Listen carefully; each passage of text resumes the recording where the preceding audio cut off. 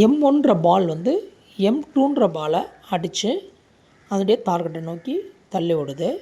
அப்போ M2ன்ற பால் அந்த M1 பால் travel பண்ண லைனுக்கு கம்பேர் பண்ணும்போது 37 டிகிரி ஆங்கிள் இருந்தால் M1ஓட பால் வந்து எந்த ஆங்கிளில் போயிருக்குன்னு கேள்வி கேட்டிருக்கிறாங்க.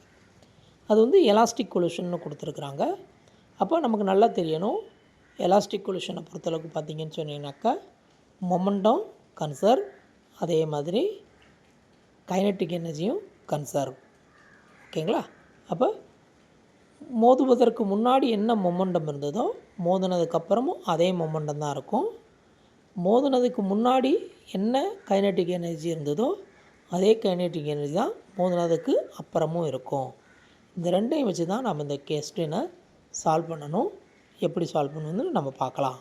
மோதுறதுக்கு முன்னாடி பாலோட வெலாசிட்டி u அப்படின்னு வச்சோம்னாக்க, மோதினதுக்கப்புறம் பால் 1ஓட வெலாசிட்டி v1ன்னு பால் 2ஓட வெலாசிட்டி v2ன்னு வச்சோம்னாக்க, அவங்க m1 = m2ன்னு கொடுத்துருக்குறாங்க.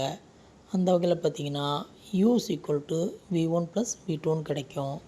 அதேமாதிரி கைனட்டிக் எனர்ஜி நாம் half m1 u² = half m1 v1² + half m2 v2²ன்னு வைக்கும்போது அதை ரிசால்வ் பண்ணோம்னாக்க u² = v1² + v2²ன்னு கிடைக்கும். u = v1 + v2ன்றதை போத்து சைடு நாம் ஸ்கொயர் பண்ணோம்னு சொன்னாக்க நமக்கு வந்து ரைட் ஹேண்ட் சைடு வந்து v1 + v2 டாட் v1 + v2ன்னு இருக்கும்.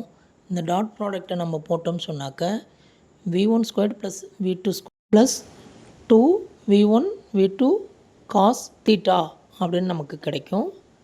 நம்ம இதை வந்து ஈக்குவேஷன் 3ன்னு வச்சுக்கிட்டு ஏற்கனவே கிடச்சிருக்கக்கூடிய ஈக்குவேஷன் 2வையும் ஈக்குவேட் பண்ணுறோன்னு வச்சுக்கோங்க. ஏன்னா போத் ஆர் u² அப்படின்ற வகையில் நமக்கு cos θ = 0ன்னு வந்திருக்கும்.